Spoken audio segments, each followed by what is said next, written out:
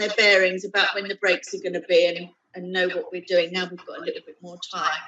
Yes, so Matthew McKenzie, who is a previous carer, has released a new book, and so he will be speaking now, and then the break will be at 10:50 to 11 o'clock, and then from 11 to 12, Jane will be discussing the community mental health framework and Cormac Russell event that is in a week, and then we'll have an open discussion for everybody. And then we will be joined by Dr. Maria Harmons and her team, Sonia and Charlotte, who will be discussing their research on ethnic inequalities in severe mental illness.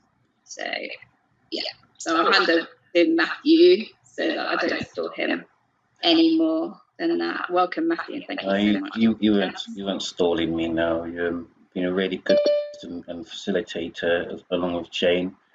But hi everyone. I'm fairly well known to the forum, although not all of you here today. My name's Matthew McKenzie. I'm going to do a little presentation, if you don't mind, and just a little warning. I did chat with Jane whether if they could allow recording, so I'm only going to record my bit. If you're asking any sort of confidential stuff, then just put it in chat so it doesn't get picked up. But it's just because I want to do a blog later on about the forum just to promote, and those who couldn't make it today, at least they've got something that they can reference to. So Natalie's allowed me to share screen, so let's see if I can get to it now. And I think I have. I don't know if anyone can see my screen now. Is that yeah, we can see. So yeah, so basically what I'm going to just talk about is a bit about myself, just in case I know quite a few here today might not have seen me before or anything. A little brief video, it's only a 1-minute video, in order to help promote what I do and the ideals behind it, and just an in-depth look at this book here. I know you probably can't see it from the share, but anyway, a bit about myself. Former carer of 18 years, caring for a loved one, that being my mother. Although I still support my brothers, so I don't say I'm not completely a carer. I'm still sort of involved, because in my book it does mention both my brothers have autism. I'm also involved in quite a few mental health trusts over my involvement, which probably started around about 6-7 years ago, to raise the profile of what I call mental health carers. Not all carers are alike, so if you're caring for someone with mental health needs, they'll be classified as mental health carers, I suppose, particularly from the care policy triangle of care. So my main activities is to run forum similar to this, I suppose, and I'm slowly moving into now developing support groups. I've got 2 at the moment, one over in Greenwich and the other one for Southwest London. The main trust I am involved with is actually SLAM, which is South London and Maudsley, because that's my main borough. But I'm starting to get more involved in the West London. They've been really accommodating, and I think they've, don't always get anything right, but they've got a good culture of engaging. I feel, and they've been really supportive. And also my main area of work is computer support, which has served me well. So I'll go into the next slide. I've been involved in We Collaborate, the West London Collaborative Forum, for some time now. I've learned a lot from them. They set really good examples. One of the best examples is having your voice. And when I mentioned that I'm a former carer, my mum unfortunately passed away early this year. And I was always going to write a book anyway, but with this situation, this affected a fair part of my life. I thought, look, it's the best time to try and tell your story. And I always say this to anyone caring for someone with mental health needs. And I'm not saying carers are angels, obviously, and I don't want to put people in boxes either, like labeling people's services or care, but I do feel it's important to tell your story, which is partly the reason for this book. Available on Amazon. I think it's about 140 something pages, and it's just trying to raise that identity. I've mentioned to those caring for someone, sometimes it's not the most easiest thing to do, but it's so important. And from this quote that I just mentioned, just caring for someone shows that you're wearing that that carer's badge. No one can say you have not been there, and carers unfortunately can go through a fair bit of stigma themselves, especially if you care for someone with mental health needs. So, I want to make this a bit more interactive and friendly in some sense. I don't just be talking and preaching on. My main view, which does lead well into the COVID social distancing era, is that I'm fairly active on social media, which is now even more important than ever during these social distancing times. I'm available I'm active on Twitter, Facebook, LinkedIn, Goodreads now because of the book, Pinterest, my website, which is my own blog site. I also do the podcasts aimed at carers, and I also have my own YouTube channel. And I'm going to quickly share. But what I'll try and do is I'll try and explain in depth a bit more about the chapters, just for 5 minutes. So as you can see from that video, I think it's about 10, 11 chapters. It's basically the first bit when I advise, carers or patients or service users, is so important as even from an empowering angle to tell your story. The main reasons is that, and there's several reasons. The big one is it gives you that empowerment to get your message across. It reduces the stigma, increases empowerment, and shows to the world, what people go through. So that's the first chapter. The second chapter is my story. How I became someone that, how I became a mental health carer, my trials and tribulations, and what the struggles my mother went through. The coronavirus, she didn't catch it, but it certainly impacted the support she got, which is a big reason, I suppose, why she passed away this year. And it's certainly going to affect yourselves, because whether the coronavirus happened or not, the thing is, people are fortunately vulnerable before this massive strain on the health system, on the health and social care. The next chapter is the tragedy of young carers. As I mentioned before, both my brothers have autism, and I didn't even realize I was a young carer providing support to them. So I thought it was important to mention young carers. The next chapter is on carer traits and characteristics, and then after that is what I found vital for carer support. And this is particularly aimed at NHS professionals to try and get behind the mind of a mental health carer. Usually, the book's aimed at carers to encourage them to get involved in groups like this and get involved in health services or mental health services and social care. Next chapter in that is networking fellow carers. I think networking can only be a big benefit, regardless if you're a patient, service user, a health professional, or carer. You must network, to know what's going on, know what's going out there, and form those connections. Co-production, the word itself is vital, and it's a shame. I do feel the majority out there haven't much of an idea of it and how it can really help them, especially in their own health and well-being. And the amount of work We Collaborate does certainly should shine a massive spotlight on this. Is certainly needed. It's still a bit of a mystery out there in the health services, and it needs more awareness of this. And then the last two is on stigma and also what I learned as a carer.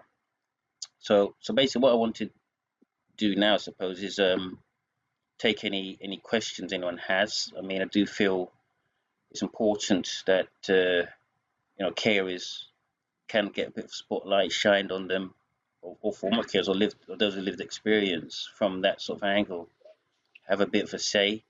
It's really good to have, I'd say, an influential service user forum or service and care forum here. I've looked around the country after time. I don't really hear too much about what's going on in that trust, and this one seems to be the one that shouts the loudest, I suppose. I'm sure there's others, but I do feel this one sets a good example. So without you, that's basically my spiel on what I've been doing. Last, they do plan to release another book, but that's not until the next year. Really, and it's going to be quite different. Yeah, I should really. Okay, well, thank you so much, and it's brilliant, the book. And just before we open up for questions, just to say, we, as part of our 5th year birthday celebrations, we're saying if anybody in the, up to a reasonable amount in the community or at West London NHS Trust wants a copy of the book, then we'll buy one for them if they're a carer, basically, or they work directly with carers. So just putting it out there, because it's a fab book. So yeah, just open up to questions from Matthew. Sonia? Hi Matthew, can you hear me? Yeah, I can hear you fine. Yeah. Hi. So, congratulations for your book, and thank you so much for your presentation. So, the question I'd like to ask you is, what is the most common or the biggest stigma that either you've experienced or other carers have experienced? It's a good question, and there's loads. You know, I could speak for ages about it, but the biggest one, I suppose, is knowing, you know, if you're a carer, some people do things out of love and duty. You know, there's a whole philosophic discussion on morality and being there for someone, whether you're a friend, family, your neighbor. Obviously, most mental health carers probably be like, you know, emotional relation. So the biggest stigma is knowing, you know, you're a carer. Some people don't like the word carer. Oh, you know, I'm going to do this regardless of I'm a carer or not. I'm the person's husband or wife, whatever. I do it out of love. But when someone becomes mentally unwell, you're just going to support it. But the problem is, unfortunately, when you're caring for someone and they're going through huge levels of strain in their own mental and physical health, because you're not putting that badge of care on, you're likely to refuse that support, because one, you're not making people aware that you are caring, you're not going on the carers register or anything like that. So that's part of the book, is to say, look, please do note that if you're caring for someone with mental health needs, there's no shame in it. You know, you're a carer. The other bit, obviously, is not all carers are alike. So when you're caring for someone who's old and infirm, it's not so bad as when you're caring for someone, unfortunately, might be psychotic, because you will get a bit of stigma from that, as well as, unfortunately, they get ridiculed and you'll get ridiculed as well. It is a big problem in today's society. Okay. Thanks a lot for that, Matthew. Yeah, thank you. And I'd just like to also, a quick query, is there any carers here today in the audience? That's good. I've got one. Any others? Usually I see a few when I used to attend a while back. Esther, looking fab as usual. I like to hear from. I'm not feeling far, Jane, but thank you. Thank you, Matthew, for sharing. Really, really inspirational. It really resonates with me, everything you've said. And I think all mental health staff should read your book, because at times when you go into the hospital environment, the way you're treated, when you walk out of those halls, you just feel like you've been judged, as a carer, so thank you. I would definitely read your book. The aim, I suppose, of the book is to have it referenced in some training. I know SLAM, which is the other trust I tend to be involved with, and slowly Oxley's as well, and slowly South West London and St George's are viewing the book favourably, because even in involvement stakes, it's rare to get carers sort of involved and get that voice there. Not to put anything against patients, service users, they're the more central, because they're using the very definition. Service users are using the services, but we can't forget the families and carers who are sort of behind the scenes trying to fight confidentiality and get that word in. It's not always an easy relationship, I accept that, but it just needs to be sort of highlighted. Definitely. May I ask, can I ask something? Yes, of course, yes. Yeah, where are you? Yeah, do you think carers are represented enough in the care? At the moment, not really. I think the reason being is that, that this is why they brought in the Care Act 2014. It got so bad, there was so much pressure on the government to say, look, we're bringing out these laws, and it tends to keep focusing on the patient. And so even the structure today with the CCGs, a lot of things they'll say is we focus on those who are using the services, and the pressure was brought to bear on the government to say, look, you're still not focusing on families and carers. And now you've got the new Mental Health Act coming out, or probably being pushed back now because of the current situation. And there's still a lot of push and pull in regards to how they're going to get the family and carer angle in this. So it's still a big issue as of now. It's really complex, unfortunately. Yeah.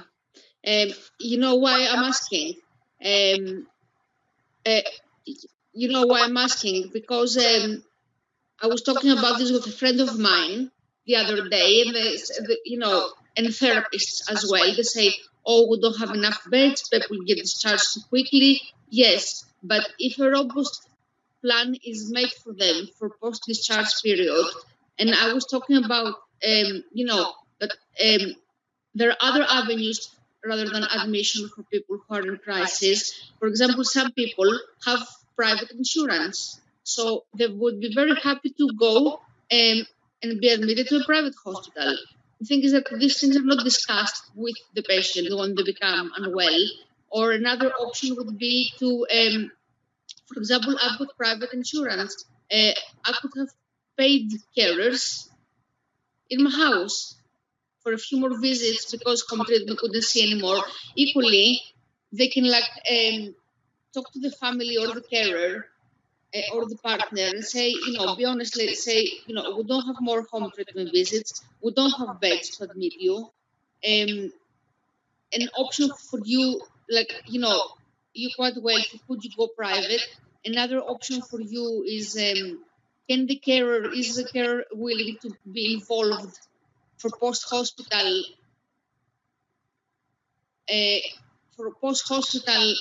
care at home, because we can't keep you in for longer, and then they can make a robust plan with the carer rather than writing on the notes, patient is ready to be discharged.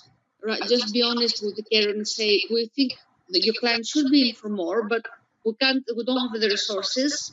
So home treatment can only see you twice a week. So would your carer be happy to work with us, make a robust plan of care at home? Because like a friend of mine, Sari, Anthony, can we just maybe let Matthew answer, and then just because we're going to have to break now for our break. Yeah. Thank you so much, Anthony. But it's a really good point actually around, and I think I'm sure Matthew would agree how important it is that the carers are involved in terms of how much they can put into the caring relationship, because everybody will be different. Do you have anything to add? And does anybody want to ask Matthew? Yeah, and I'm always going to come back to this forum every so often, and I will blog about that as well. I'll always try and raise the awareness, because it's rare. Forums like these are so rare around the country. It just shows you how big a problem it is. I've not, as I said, you can see how active I am on social media, and I just can't. I'm involved in a lot of trusts, not the ones I've just mentioned. The Triangle of Care alone, there's 20, 30 mental health trusts on there, and I sort of dig deep. I'm thinking, where's this sort of example we collaborate on? I can't find any. Pardon, can you say that again? Examples of forums like these, the ones you're in now, to raise the awareness of patient and carer experiences is close to rare or non-existent. They're struggling. Funding is a problem. Leadership is lacking. I see, someone passionate enough to bring the community together, because I think the problem is you can't just always see mental health as in the hospital. You go in the hospital and out again. It's the whole community. Is everyone has mental health, and it needs to be raised to the point of that. But I'm going to end it at that. People need a break. I'll always be back again.